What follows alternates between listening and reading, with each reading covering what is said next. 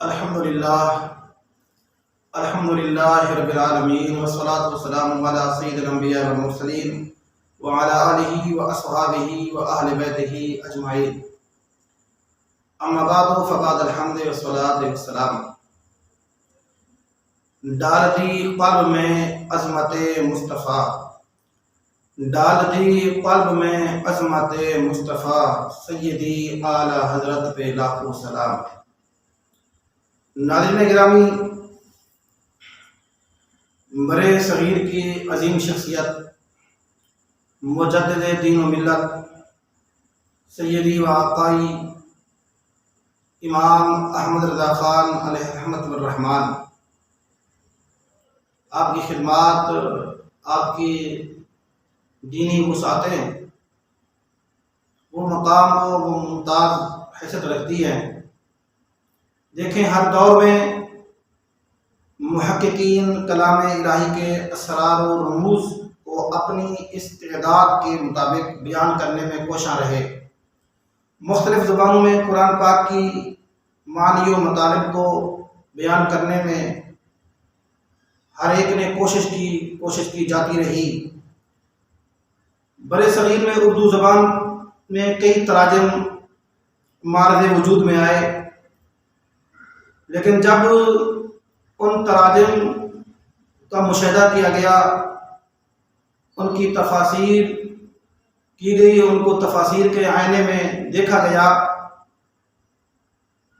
اور پھر ان تراجم کا تقابلی مطالعہ کیا گیا دوسرے اردو تراجم کے مقابلے میں، تو ایک ہستی کا ترجمہ انفرادی حیثیت میں جو سامنے جلوہ گر ہوا، جو اپنا مقام آپ رکھتا تھا، ممتاز حیثیت میں اردو تراجم میں جو فوقیت حاصل کر چکا، وہ ہستی اعلیٰ حضرت امام احمد رضا خان بریلوی رحمۃ اللہ علیہ کی ہستی کا ترجمہ کنز الایمان۔ آپ کی وہ حیثیت تھی کہ آپ صرف ایک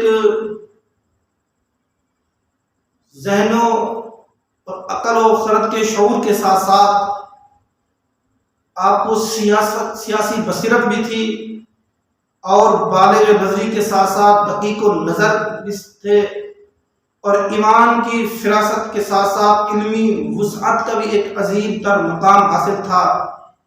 اور آپ کی یہ حالت تھی کہ ذہن و ضمیر، قلم و زبان سبھی محبت مصطفیٰ صلی اللہ علیہ وسلم میں غرق تھے، اور آپ کے ترجمہ قرآن پاک کو دیکھ کر بلا تردد یہ کہا جا سکتا ہے کہ تجھ پر خالق کائنات کا کرم اور رحمت کائنات کی خاص عنایت ہے کہ ترجمہ میں مفسرین کے اقوال کو نظر میں رکھنا، پھر راجح مرجوح کا لحاظ کرنا، مجاز و استعارات کو ترجمہ میں سمجھانا، متشابہات کا ترجمہ اس طرح کرنا کہ ان کی حیثیت برقرار رہے۔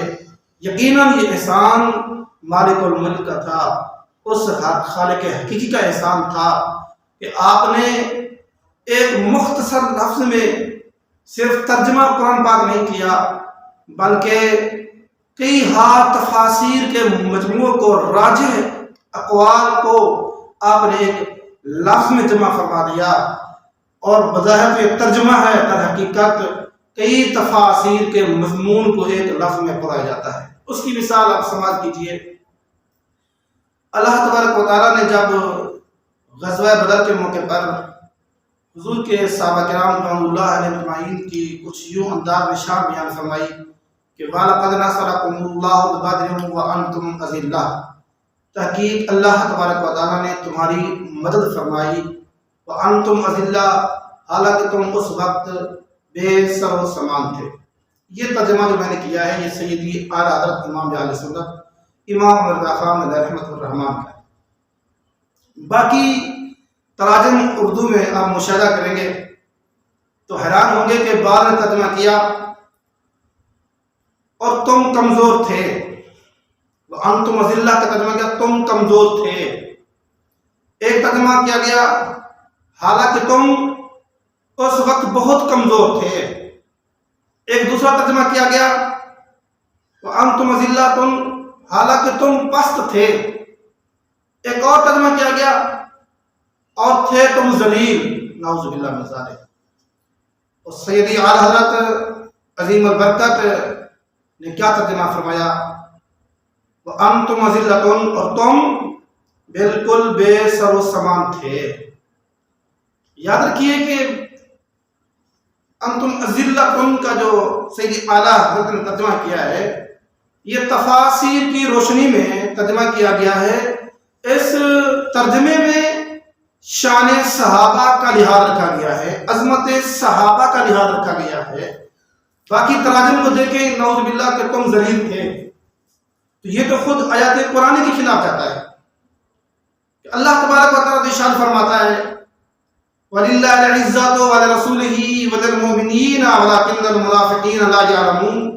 اللہ تعالیٰ کے لیے بھی عزت ہے اور رسول اللہ صلی اللہ علیہ وسلم کے لیے بھی عزت ہے اور حضور کے غلام ایمان والوں کے لیے بھی عزت ہے. وَلَكِنَّ الْمُنَافِقِينَ لَا يَعْلَمُونَ لیکن منافق جانتے نہیں. وَأَنْتُمْ أَذِلَّةٌ کا معنی اگر یہ کریں کہ ذلیل تھے تو اس آیات کریمہ کے مخالف جاتا ہے جو مفسرین نے کرام نے اس چیز کو بھی بیان فرمایا ہے. سیدی اعلیٰ علیہ الرحمہ نے ایسا ترجمہ کیا کہ صحابہ کرام کی عظمت بھی برقرار رہی اور آپ نے فرمایا کہ تم بالکل بے سر و سامان تھے. تفاسیر کی روشنی میں دیکھا جائے تو تفسیر جلالین جو تمام مکاتب فقہ کے مدارس میں پڑھائی جاتی ہے اس کی تفسیر کی گئی وَأَنْتُمْ أَذِلَّةٌ بِقِلَّةِ الْعَدَدِ وَالسَّلَاحِ کہ بدر کے موقع پہ تم تعداد اور اسلحہ کے حوالے سے تم قلیل تھے, یعنی سامان کے اعتبار سے کہ تمہارے مد مقابل تعداد بھی زیادہ تھی, 1000 کے قریب تھی, تم 313 تھے. اسلحہ بھی ان کے پاس زیادہ تھا. سواری کا یہ حال تھا کہ ان کے پاس 100 گھوڑے تھے اور یہاں ایک کی روایت ملتی ہے اور اسلحے کے اعتبار سے تم کم تھے یعنی قلیل تھے. تو سیدی اعلیٰ حضرت نے وہی مفہومی ترجمہ کیا تفاسیر میں محترمہ میں بیان کیا گیا, نہ کہ وہ ترجمہ کیا کہ تم ذلیل تھے. یہ بھی آیت قرآن کے خلاف جاتا تھا. نہ کہ یہ ترجمہ کہ تم کمزور تھے. کس میں کمزور تھے؟ جسم میں کمزور تھے, دبلے پتلے تھے, یا نعوذ باللہ ایمان میں کمزور تھے. تم پست تھے, کس چیز میں پست تھے؟ تو فلہذا باقی تعداد میں وہ مقام و مفہوم صحابہ کی شان کا اظہار نہیں ہو رہا. سیدی اعلیٰ علیہ الرحمہ نے صحابہ کی شان کے ملحوظ خاطر رکھتے ہوئے آپ نے ان تفاسیر کو مد نظر رکھتے ہوئے آپ نے ایک سمندر کو کوزے میں بند کر دیا اور مختصر جملے میں آپ نے ترجمہ کر کے شان صحابہ کا لحاظ بھی رکھا اور مفہوم کو بیان کر دیا. تو سیدی اعلیٰ علیہ الرحمہ کی کئی آیات قرآن کے تراجم میں ایسی خوبیاں پائی جاتی ہیں. کہیں شان الوہیت کا لحاظ رکھا آپ نے, کہیں شان نبوت اور رسالت کا لحاظ رکھا آپ نے, کہیں شان صحابہ کا لحاظ رکھا آپ نے. تو ہر حوالے سے آپ نے قرآن پاک کی ایسے ترجمہ کیا کہ تفاسیر کی روشنی میں کیا, گویا کہ وہ بظاہر ترجمہ ہے در حقیقت اور تفسیر قرآن.